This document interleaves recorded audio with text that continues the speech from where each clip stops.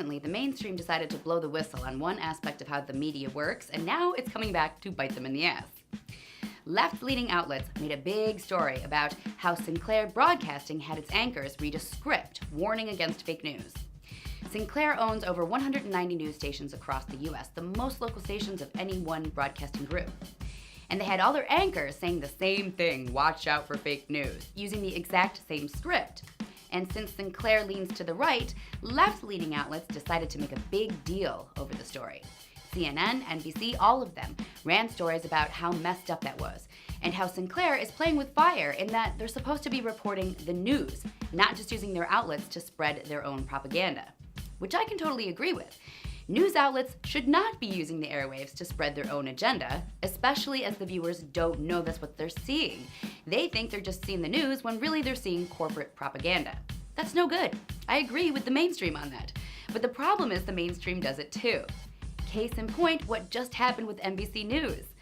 Their anchor for 22 years, Tom Brokaw, has recently been accused of sexual harassment. Right after it came out, NBC actually sent out a memo to its staffers which laid out in great detail exactly how on-air people should talk about the story. According to Variety, the memo said, include relevant portions of Brokaw's denial, his email, and the email in support of him signed by more than 60 colleagues. In other words, pretty specific talking points. In other words, NBC just did exactly what Sinclair did.